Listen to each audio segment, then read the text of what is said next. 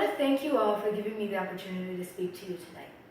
We're going to expose America from the deep shroud it has been hiding in. Now is the time to rise from the rubble of our mistakes and start anew. To realize the truth behind what we believe our problems are and how to resolve them, starting with immigration. When I speak about how I believe people should be allowed to come into our country legally and live their life happily, many of you get worried. What if these immigrants come into our country and take our jobs? People like them don't belong in our country. Why should they be allowed to come in and use our land? And you know what? I agree. People like them should not be allowed to come into our country with the hopes and dreams of being able to provide for their families. After all, it's not as if we're called the land of opportunities. People like them do not belong in this country after we've worked so hard to slaughter the thousands of Native Americans that already existed on this land that we call our own. People like them should not be allowed to use our land after we worked so hard to destroy the wildlife of it. People like them don't deserve to live their life happily because we are scared to open up our minds to new ideas. Don't get to follow their dreams in the land that is known for making them come true. Don't deserve to live like an American because of where they come from and what color their skin is. There are problems that come with immigration, but there are also many positive sides to it. When immigrants come to our country, they will open businesses and create jobs. They will also expand our knowledge on the cultures of the world we live in. Immigration is not a dreadful concept. Rather, it has been distorted to seem that way. Now, why has immigration morphed into a monster of a problem? Is it the fear of them taking our jobs? Or is it the fear of them taking our lives? Most of us remember what happened in April of 2013. Many people were injured and lives were lost. This blatant act of ISIS-inspired terrorism took the lives of 3 American citizens and robbed each of their family members of a loved one. As a country, we will not stand for this. But how can we prevent this kind of terror from reaching other families? We will create a policy that binds us together, and we will fight this monster known as terrorism. I understand that going to public places, such as the mall and school, can be scary. But trust me when I say that we will not stand for these kinds of acts, and we will not let it shake our country down. Catching terrorists is difficult, but getting information from them is even harder, seeing as they are so loyal to what they believe is a just cause. However, the way we get the information out of these terrorists should be ethical.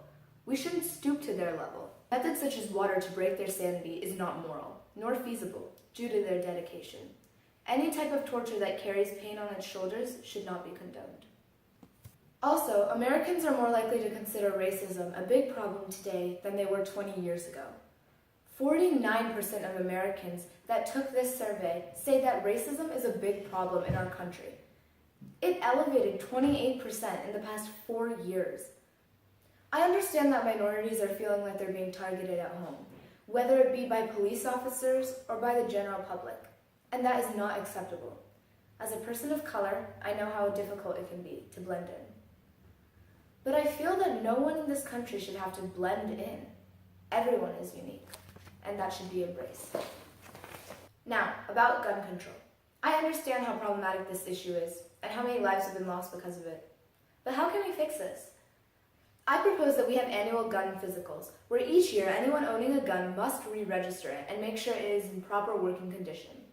Along with these physicals, an annual mental checkup is to be done for each gun owner to analyze the state of their psyche and determine whether or not they should be allowed to have a gun.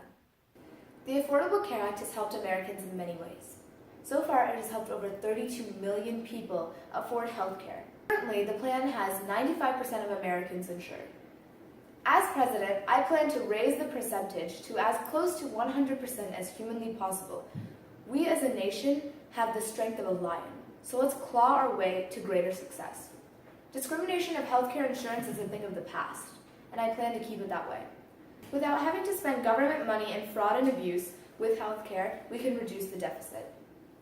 Our debt is deeper than the Mariana Trench, and it needs to change now. National debt is almost up to $20 trillion. It's time to build the foundations of businesses, big or small. With strong foundations, no hurricane in the stock market will knock them down. Taxes hurt us as much as they benefit us. I'm in the game for the long run. Raising taxes is a risky move, but it's worth it. Making it a minimum of a 30% tax to people with over $1 million will slowly decline the national debt. Where will that money go? The tax money will go into businesses, transportation, and the economy to make it stronger. Life liberty, and the pursuit of happiness. Since day one, Americans were granted the right to be happy. You can be yourself. People should be able to express themselves as whatever identity they want, without the crippling fear of society. Lesbian, gay, bisexual, and transgender people are treated like stray dogs.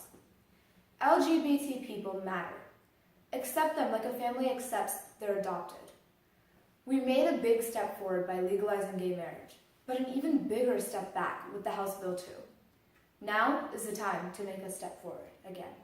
Children are our future. They are the scientists and doctors that we will have in 30 years. If we want to have good doctors and good scientists, we need to give them good education. In order for our education system to get better, we need teachers who love the students and want to make them better. Teachers should be rewarded for what they do, and not just a medal, handshake, and pat on the back, but something real. On average, teachers only make $55,000 a year. This is unacceptable. If they are shaping our children for the future, they must be given some sort of compensation for it. We must raise the pay of our teachers. I know that some of you are thinking, how are you going to pay for this? Well, I propose that teachers get companies to sponsor them so they do not have to work extra jobs just to scrape by. America will rise from the shadows which it has been hiding in. We will overcome the troubles of the present, and we will stand up for what we know to be right. With all of your help, we can be a better America. The past is the past, but the future starts with us. Thank you, and good night.